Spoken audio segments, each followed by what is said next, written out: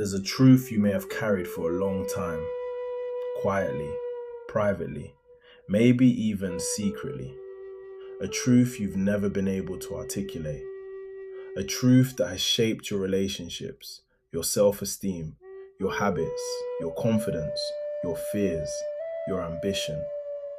A truth you might have always felt, but never dared to say out loud. You never reached your full potential because of your father. Not necessarily because he was cruel, not necessarily because he was abusive, not necessarily because he didn't love you, but because whatever version of fatherhood he offered or didn't offer carved itself into you. This video is not about blame.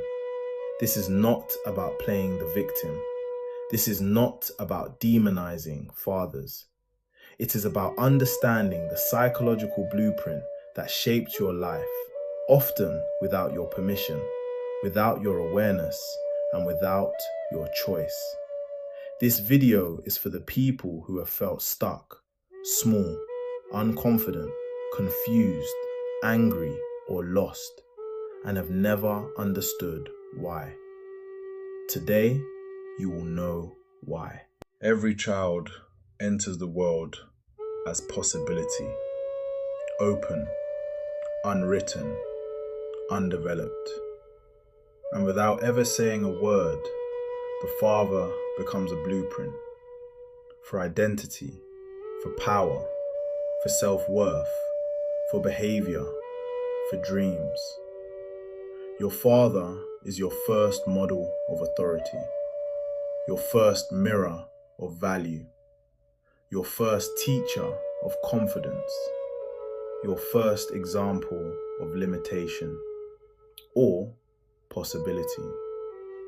Even if he was physically present, even if he was financially supportive, even if he provided the basic needs of survival, emotionally, psychologically, spiritually, he may have given you something that limited you.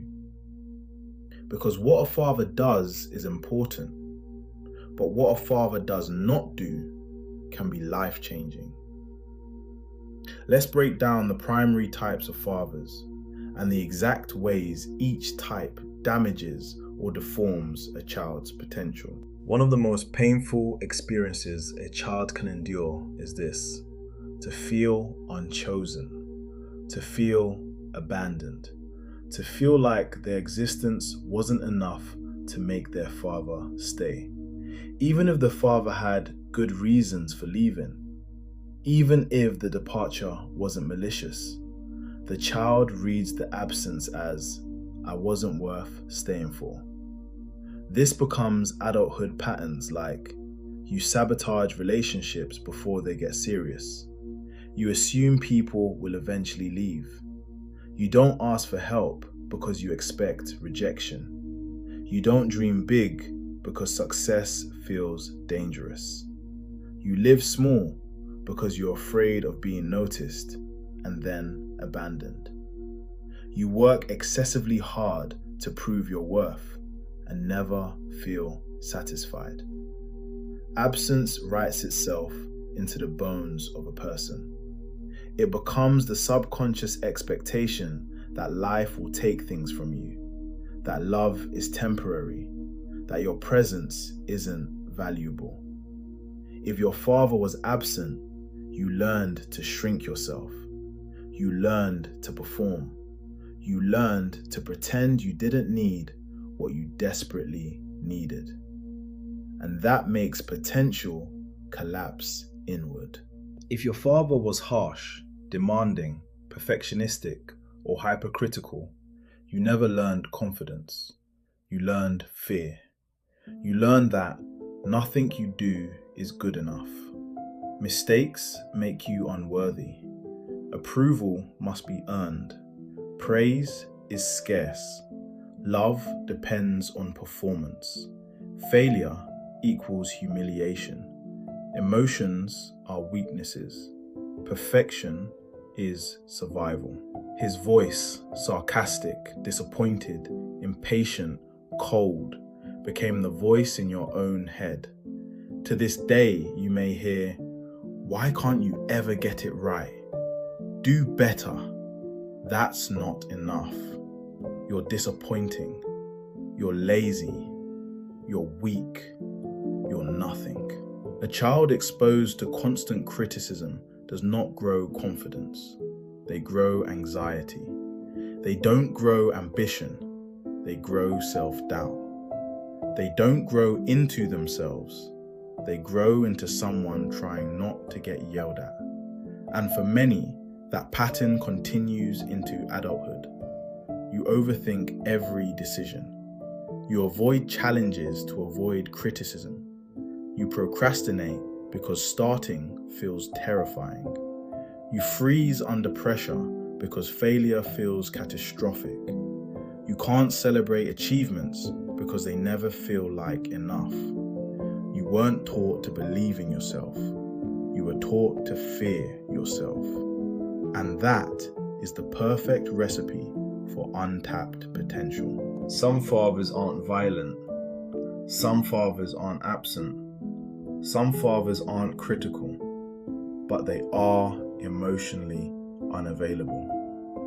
They are physically in the home, but psychologically unreachable. Conversation shallow, affection rare, approval limited, vulnerability impossible. You learned early that emotional needs were not welcome. You learned not to cry, not to ask for affection, not to show fear, not to need comfort, not to be human. You became self-reliant, not because you were strong, but because you were left alone. And now, you struggle to trust people. You avoid vulnerability at all costs. You shut down during conflict. You feel empty, but can't explain why. You feel lonely even in relationships. You mistake emotional numbness for strength. Your father didn't teach you how to connect. So you grew up disconnected from yourself. You cannot grow into your full potential when you're emotionally numb, because potential requires vulnerability, learning, failing, bonding, trusting, expressing, asserting.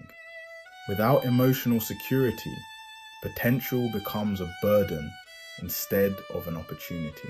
Some fathers are not cruel, not angry, not abusive, not distant.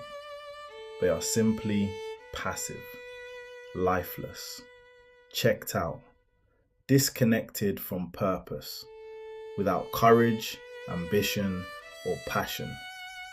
These fathers don't injure you through violence. They injure you through the absence of example.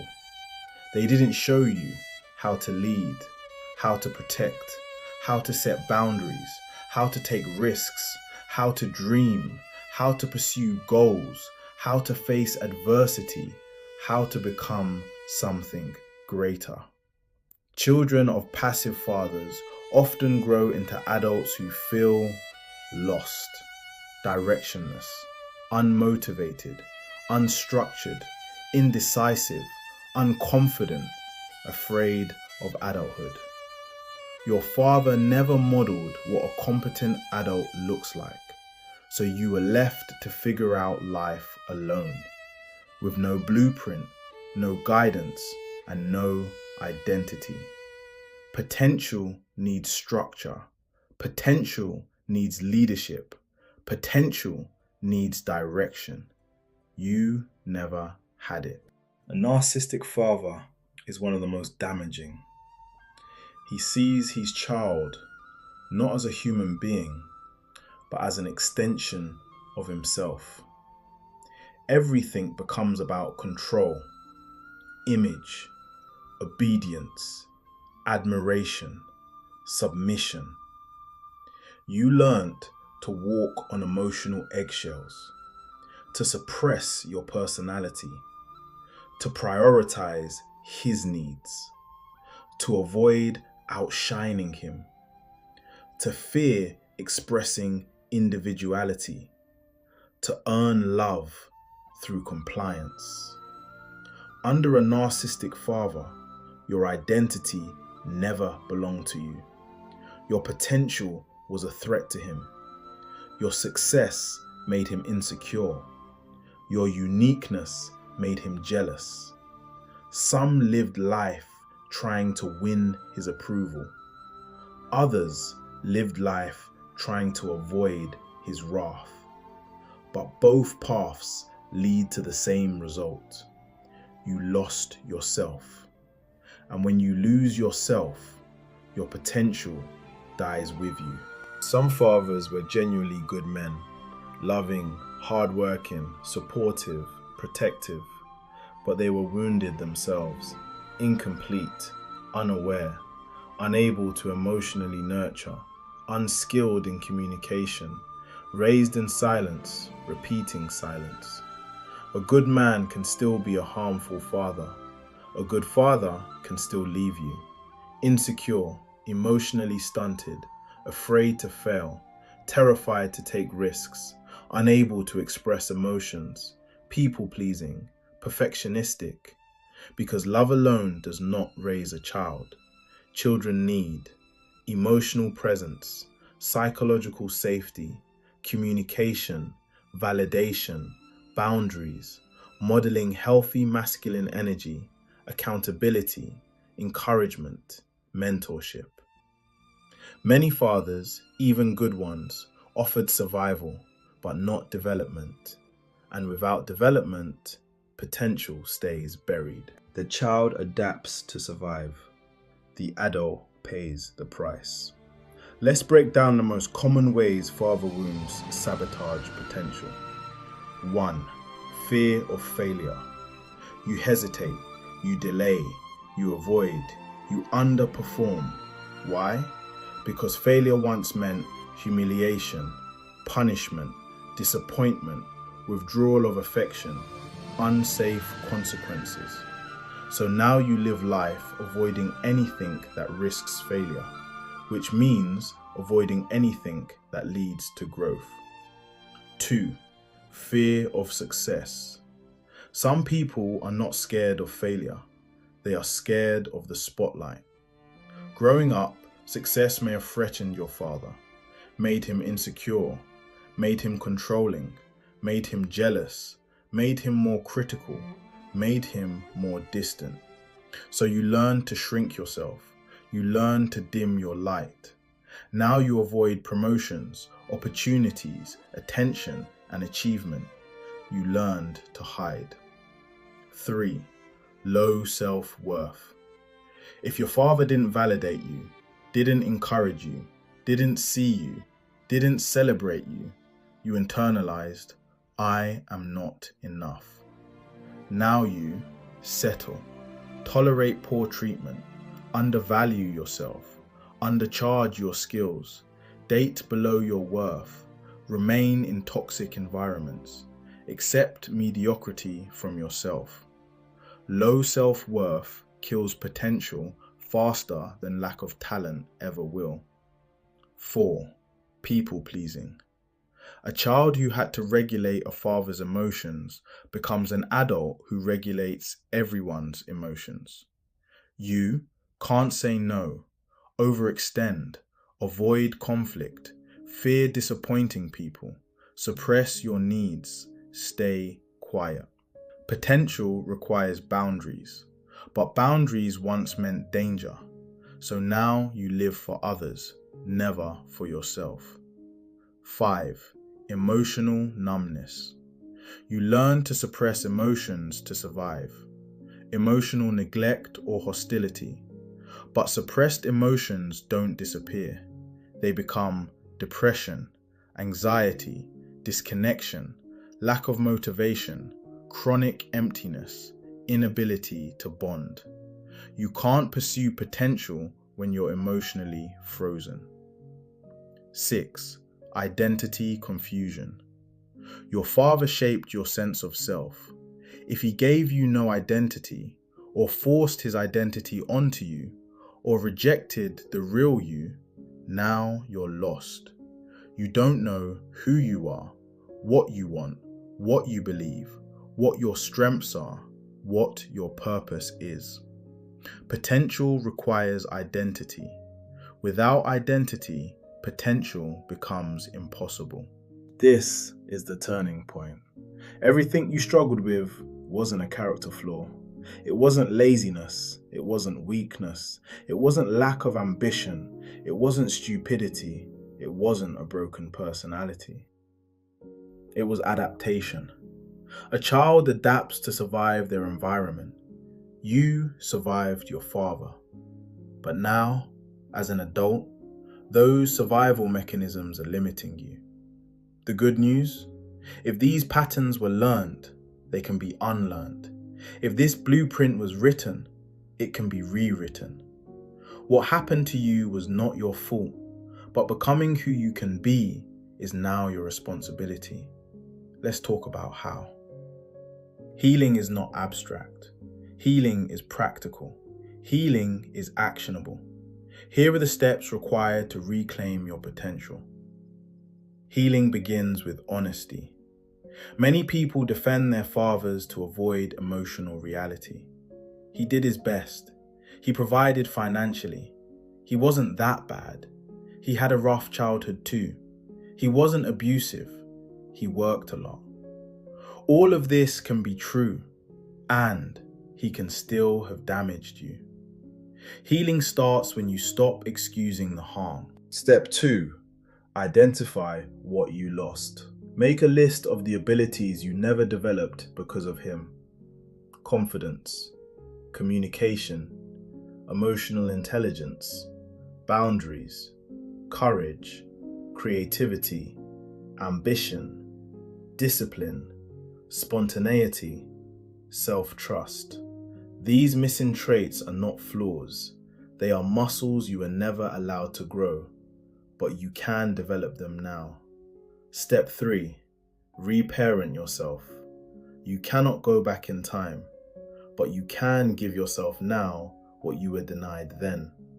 Reparenting includes validating your emotions, setting boundaries, giving yourself permission to rest, celebrating achievements, offering encouragement, establishing discipline, showing compassion, creating safety, building structure. You become the father you needed. Step 4. Build a new internal voice. Your father's voice lived inside you for decades. It said, "You're not enough. Don't try. You'll fail. No one cares. You're too much. You're not worth loving. Don't dream." This voice must be replaced. You build a new one with therapy, journaling, affirmations, accountability partners, self-awareness, conscious rewiring. Over time, the inner critic becomes an inner coach. Step 5. Reclaim your identity. Ask yourself, who would I be if I wasn't shaped by trauma? Who am I without fear, without approval seeking, without guilt, without perfectionism, without suppression? This is your true self. Rediscover it. Step 6. Embrace discomfort and growth. Your father taught you safety, but safety is often the enemy of potential. Growth requires risk, exposure, trying, failing, learning, vulnerability. You must teach yourself to tolerate discomfort, because discomfort is the birthplace of transformation. Step 7. Create the life your father couldn't model. You no longer follow his blueprint. You create your own. You build a life with healthy relationships, emotional awareness, self-respect, purpose, passion, financial independence, personal growth, healing. Your life becomes the ultimate rebellion. Your father shaped you, yes, but he does not have to define you. You were wounded, but you are not broken. You were shaped, but you are not trapped. You were limited, but you are not incapable. You can outgrow the man who raised you. You can become what he could not teach you. You can become the person he never modeled. You can become the potential he never reached. You can become the version of yourself that was always waiting beneath the scars of childhood. The father wound explains your past, but it does not control your future.